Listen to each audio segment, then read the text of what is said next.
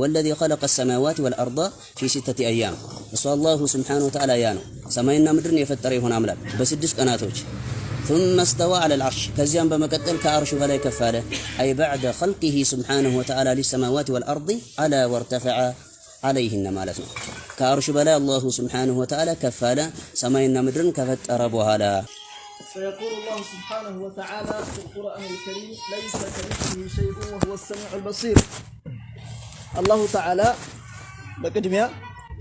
بقرآن ليس لسو سناجر من الله تعالى ليس كمثله شيء إلا أرسون يمثل من نجر إلا الله تعالى وهو السميع البصير سوى الله تعالى سمينا تملكاتنا إلى الله تعالى بزي تانكس لا يمن لنا فطاري فطرتاتوچنا يمثل فطارينا فطر ሊያመሳስላቸው የሚችል ምንም ነገር የለም خالق አስገኝ የሆነ ጌታ ያስገኘውን ነገር ሊመስል አይችልም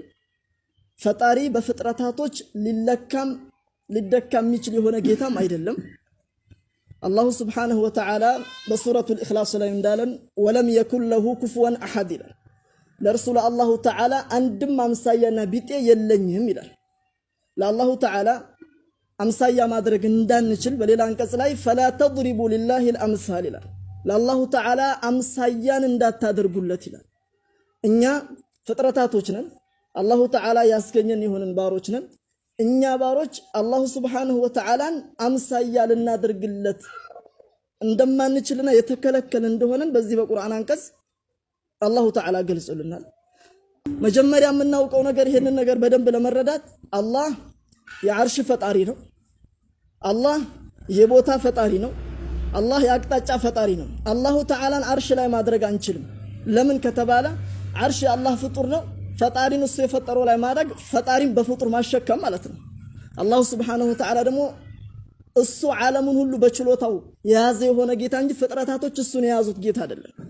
አላህ መካን የሚባለው ነገር ቦታ የሚባለው ነገር አላህ ሊሸከም አይችልም በጭራሽ በምንም ተአምር ፈጣሪን ቦታን ሊያረጋው አይችልም ሊገልጸው አይችልም ለምን ነብያችን አለይሂ ሰላቱ ወሰለም ቁርአንና ሐዲስ እስከሆነ ድረስ ምን ይላሉ በሐዲሳቸው ካነ አላሁ ወለም የኩን ሸይኡን ገይሩሁ አላህ ነበራሉ ከርስ ውጭ ምንም ነገር ሳይኖራሉ ይሄ ሐዲሱ በጣም በያን የሆነ ግልጽ የሆነ ሐዲስ ነው ካነ አላህ ሲባል ፊል አዘል እንደሆነ የታወቀ ነው በአዘል አላህ ነበረ ወለም የኩን ሸይኡን ገይሩሁ ከርስ ውጭ ሌላ ምንም ነገር አልነበረም ሲባል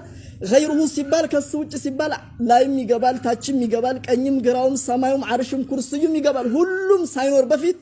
ብቻውን ከማንም ከምንም ሳይከጅል የነበረ የሆነ ጌታ ነው አላህ በኋላ ላይ ዓለምን ፈጠረ ዓለምን ሲፈጥር ምንድነው አላህ فإن الله غني عن العالمين الله تعالى ከዓለማትም የተብቃቃ ነው ፊትም ሳይፈጥረው በፊት غني ነበረ بعد خلقهم ደግሞ ምንም ይሁን ጌታ አይደለም የሚከጅል የሆነ ጌታ አይደለም እንደንትን የተቀሱታል ኢማሙ ጦበሪ በሱረቱል በቀራ ላይ ያለው አንቀጽ 24 ወይንም ደግሞ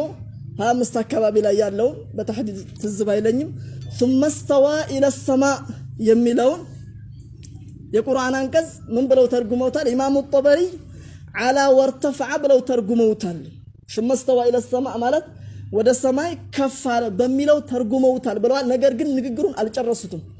على وارتفع ብለው ኢማሙ ጦበሪ ይዛጋ አላቆሙም ይቀጥሉት ወደፊት ምንድነው የሚለው على وارتفع ብሎ ከፍ አለ ብሎ ይሄድና على ሲባል ከፍ ሲባል ይሄ ነገር የሚያስይዘው እኮ አንድ ነገር ከፍ አለ የሚባለው ታች የሆነ ነገር ነው ታች የነበረ ነገር ነው ከፍታ